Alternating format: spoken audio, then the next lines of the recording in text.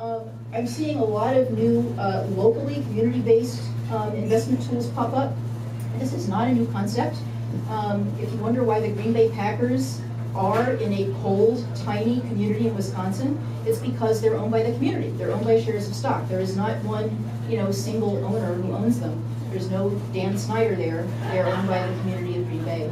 And they will never leave for that reason. They are a community-owned stock corporation. And that's popping up all over the country where people are saying, you know what, we want these kinds of locally owned businesses and we're willing to invest in them ourselves, whether it's as a stock corporation or as a co-op or finding some other way to capitalize things. This is an example I just love. This is a candy shop in the UK, and they were growing and they wanted to build a production facility so they could start selling candy like everywhere.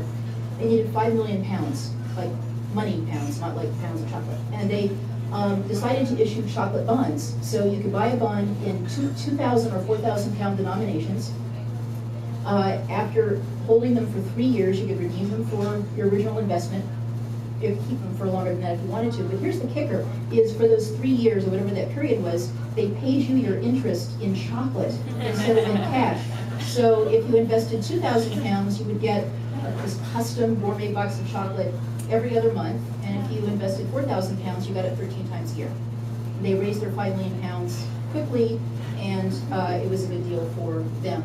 Lots of regional investment corporations are popping up. I wouldn't say lots, there's like 8 or 10 of them, that are investing in the kinds of businesses that you want and need in downtown. Like this one, Kentucky Highlands, this one is in Boston, Boston Community Ventures, invest in lots of neighborhood grocery stores, tiny, like 10,000 square foot grocery stores that the big chains aren't going to do.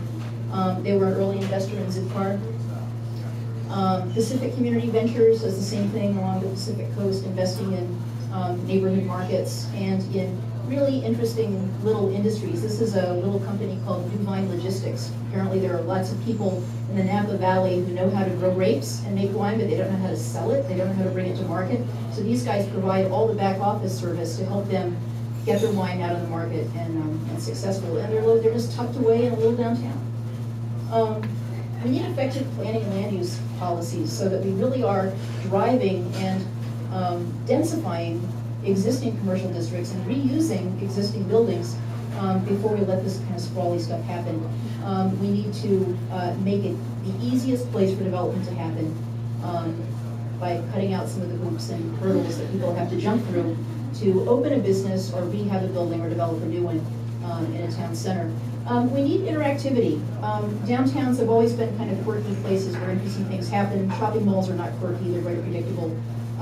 And especially with younger shoppers who are more interactive, this is just a huge growth activity for downtowns. This is a place where the entertainers were on the street and the audience was in the storefronts.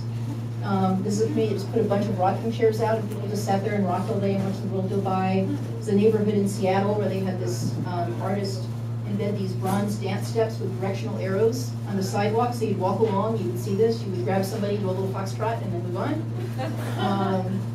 These are not real, this is paint. Even the water is paint. There's a paparazzi peeking around the corner. This is a community that had this guy who was really good at doing those charcoal portraits that you get done at fairs and on the boardwalk and stuff. And so they give him the town's cherry picker and let him do somebody's portrait, somebody in the community on the side of this building. And then it rains and it washes off and he puts somebody else's face up and crowds come out to see like who's going to be featured that week. So poem on the side of a building. Just things that enliven the experience of being downtown and making it unexpected. This is a second-hand clothing and furniture store in Boston, in Jamaica Plain, called Boomerang. Great name for a second-hand store. They had a fabulous guy who did the window displays, who's actually now been hired by Barney's. But he would do, like this one was, a few months before this, they had wedding dresses on sale.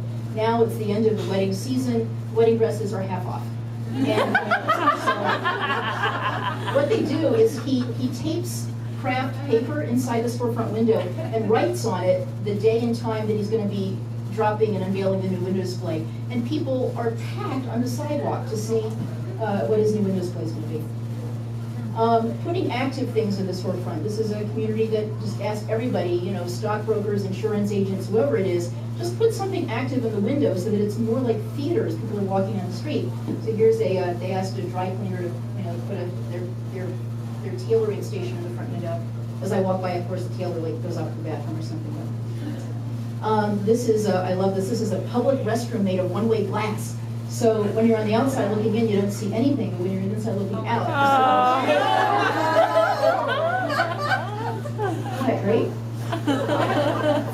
And of course, there's the sweater bombers who have hit everywhere now. They just love downtowns and older neighborhoods, and they want to make snugglies. And geotagging is a big piece of this too. This is a project called the Yellow Arrow Project. You know about this? There's some yellow arrows, and you can see there's a little yellow arrow on that parking meter pointing to this coffee shop, and it's got a code number and a phone number on it. So the person who puts it there, for some reason that coffee shop means something to them. They have some story to tell about it. So they stick the sticker there, they call the phone number, they punch in the code, and they record a story about it. And then when you come along and you see the yellow arrow, you can call the phone number and punch in the number, and you can hear that person's story. It just gives you chills to hear some of the stories that pop up. There's pointed at a bridge, and they're all over the place. This has to happen through incremental progress, not through cataclysmic, big catalytic projects. That just upsets the marketplace. It really has to happen with small changes, gradually building community capacity, getting groups working together on small things that lead to bigger challenges as the years go on.